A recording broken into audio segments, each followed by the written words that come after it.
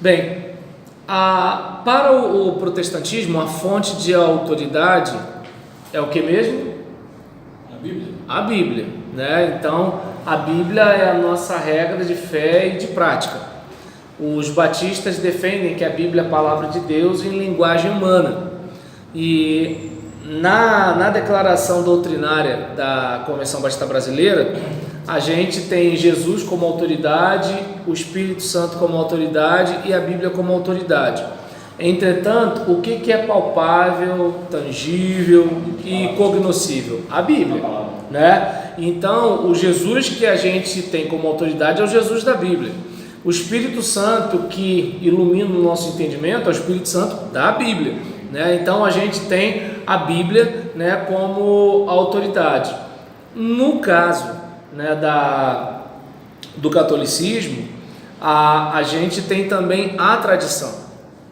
E aí essa parte já é uma parte meio complicada, né? Porque dá até para entender, porque o catolicismo compreende que a igreja ela existe antes da composição da Bíblia, antes do fechamento do cânon, o que faz até sentido.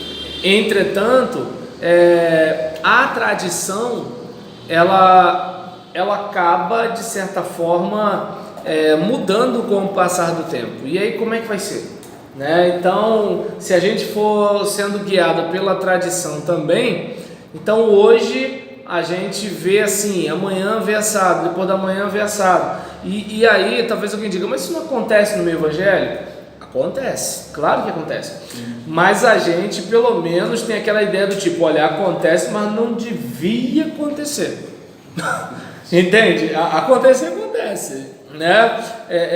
A gente, por exemplo, vai olhar lá atrás na história, em algumas situações, algumas igrejas que irmãs não se maquiavam, outras não cortavam o cabelo, outras não botavam calça comprida. Parece que as irmãs foram mais perseguidas que os irmãos, né? Isso, então, no caso dos irmãos já teve situação, né, de não poder jogar bola, né, não poder botar uma bermuda, não poder botar um short, alguma coisa do tipo, e algumas situações, e assim, não era bem uma questão de Bíblia, era uma questão mais de tradição. E o que acontece? Embora o discurso é sempre o quê? A Bíblia é a nossa única regra de fé e prática. Pastor, né? Ética e tradição, vamos supor, tradição em relação à roupa, mas pode também caminhar para o lado da ética também? Bem, eu não caminhei com vocês, né, quais foram as definições de ética, né, que vocês tiveram.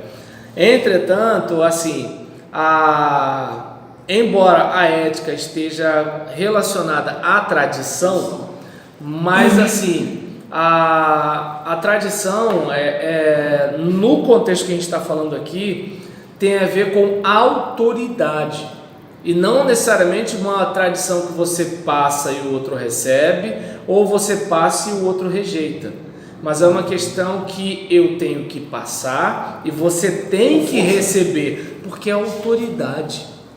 Entendeu? Então é diferente de, por exemplo, vocês aqui têm uma prática, né, de antes de começar a aula fazer oração, depois que termina a aula fazer oração. Existem seminários que os alunos não têm isso.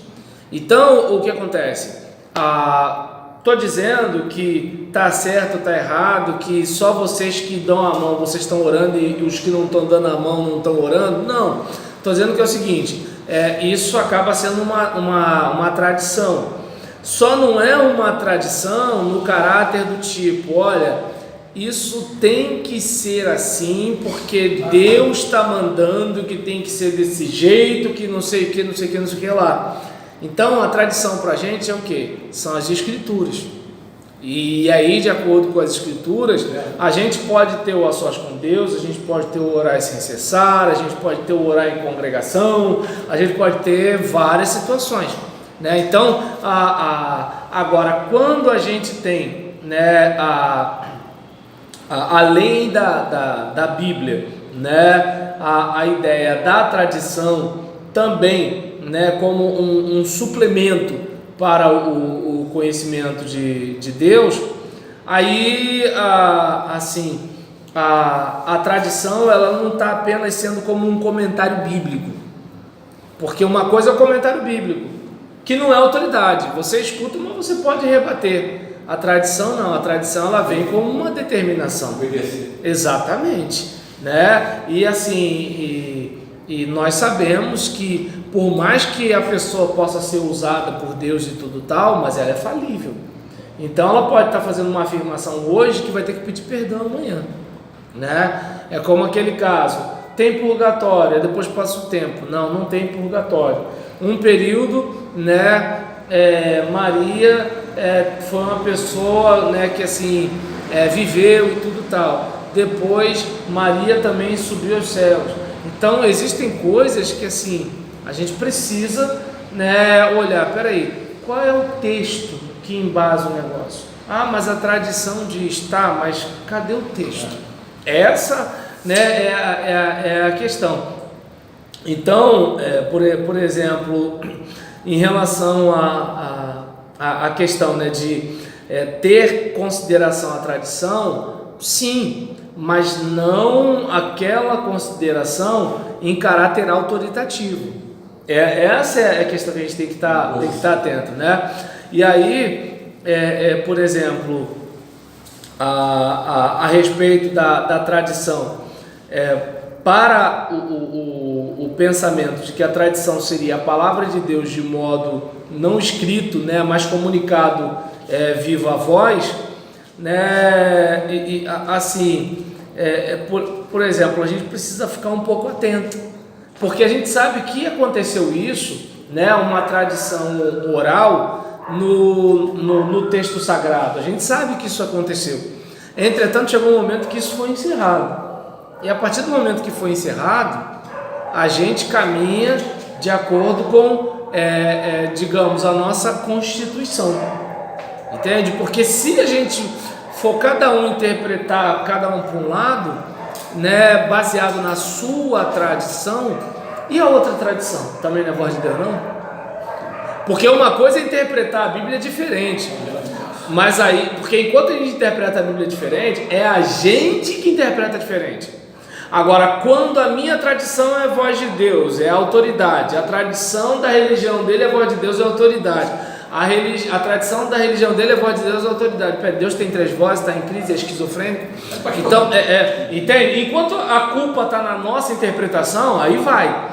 Agora, a partir do momento que a tradição ela também é voz de Deus, aí eu entendo que já fica um pouco complicado. Não sei se dá para perceber que eu estou tendo todo o respeito do mundo, mas como eu sou protestante, eu estou tentando pelo menos deixar claro porque que não dá para eu ser católico a partir dessa compreensão da tradição também ser autoridade enquanto voz de Deus, né? O magistério, né, ter essa autoridade.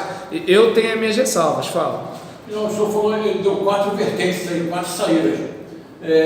Mas o que acontece, o povão que eu vejo, que não tem o conhecimento bíblico, ele é arrastado por essas rodas de doutrina, como diz a própria palavra. Nós vemos coisas na televisão aí que, poxa, é escandaloso. É escandaloso. Mas agora, como é que vai provar isso com o povo daquele lá? Quase 5, 10 mil pessoas lá dentro. Não sei se doutrina, não sei o quê. Junta várias situações, né? É aquele caso assim, a fé ela está numa área que ao mesmo tempo que a gente pega o aspecto, né, de cognição, de conhecimento, mas ela também está dentro de uma questão misteriosa, que mesmo que você não tenha muita explicação racional, você acredita. É como, digamos, nós que somos cristãos, a gente crê, né, que uma jumenta falou com Balaão.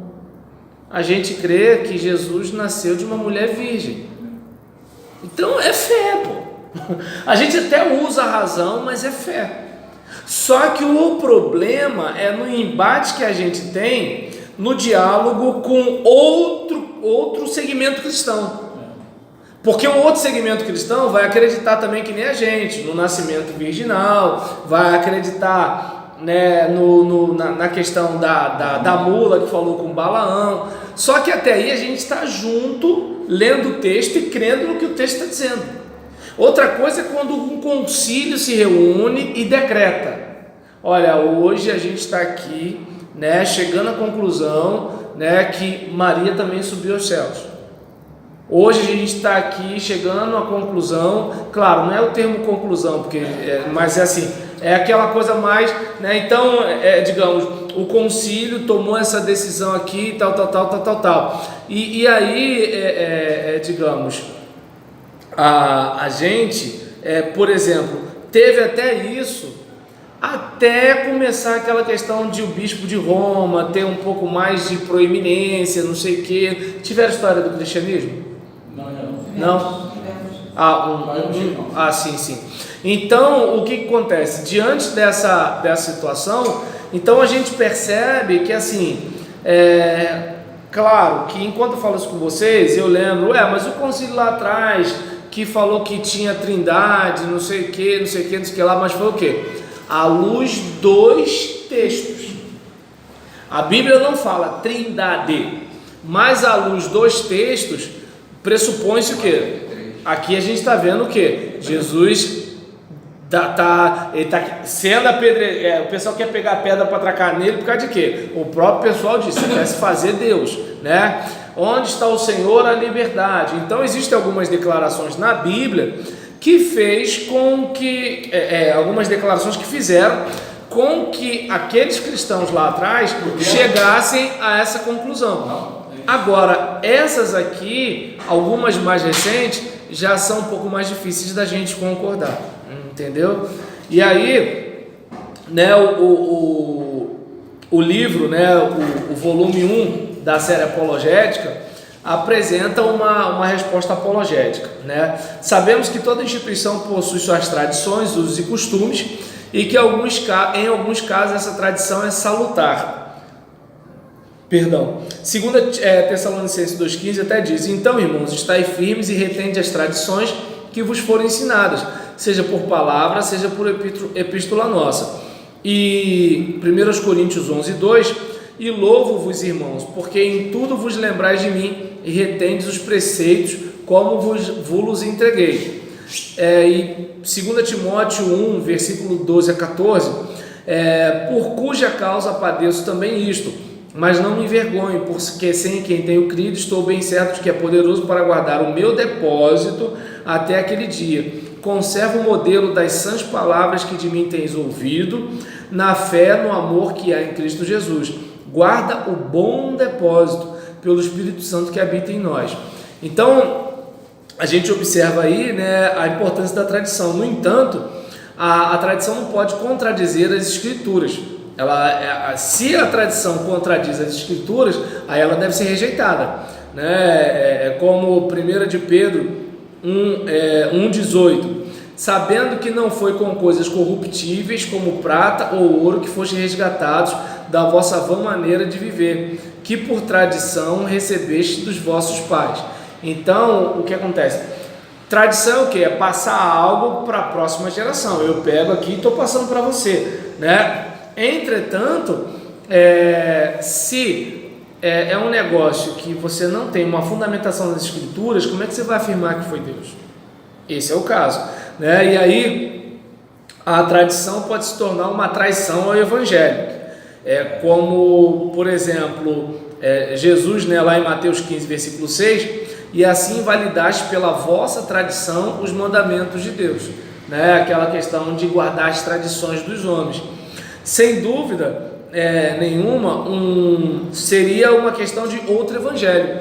Gálatas capítulo 1, versículo 8 diz, né, que ainda que mesmo o anjo do céu vos anuncie outro evangelho, além do que já vos tenho anunciado, seja anátema, seja maldito, né? E de acordo aqui, né, com esse volume da série apologética, a Igreja Católica Romana, no Concílio de Tolosa, em 1222, proibiu a leitura da Bíblia aos leigos, passando a tradição a ter mais autoridade do que a palavra de Deus. Essa proibição antibíblica do catolicismo romano nos remete à advertência do Senhor Jesus aos judeus, né? Marcos 7, versículos 7 a 9. Em vão, porém, me honram, ensinando doutrinas que são mandamentos dos homens, porque deixando o mandamento de Deus, retendes a tradição dos homens, como o lavar dos jarros e dos copos, e fazeis muitas outras coisas semelhantes a estas. E diziam-lhes, bem invalidais o mandamento de Deus para guardardes a vossa tradição.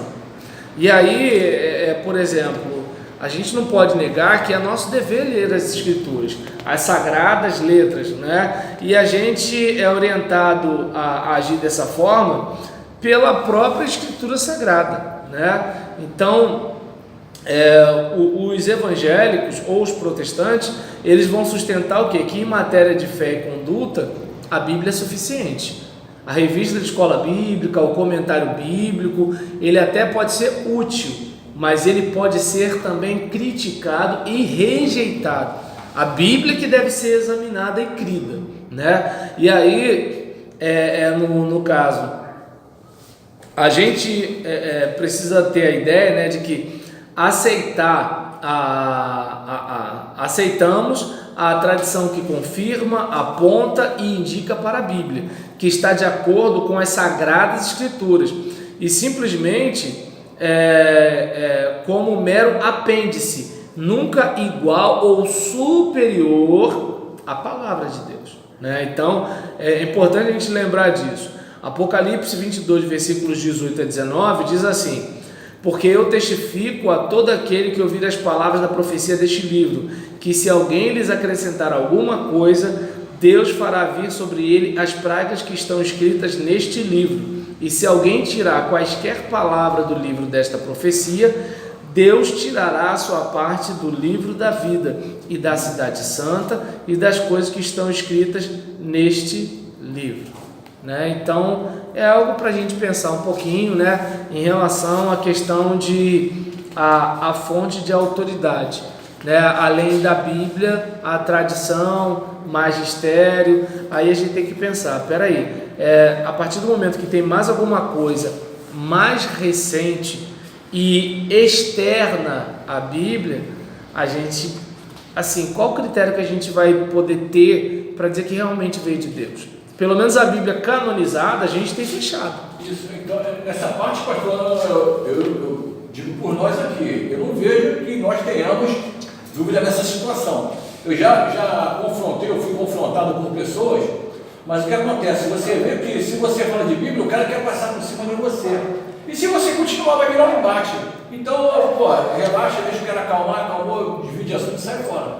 Porque eu estou vendo que falar de Bíblia para aquela pessoa, ele não vai aceitar. Eu tenho que aceitar dele, não ele é minha. Mas daí é comum em qualquer debate. Aí tem que... Daí eu entendo que a gente poderia... Tem um ex-colega meu de seminário que ele escreveu um livro bastante interessante, né? Ele fala sobre a história dos batistas e o título do livro é Do Conflito ao Diálogo.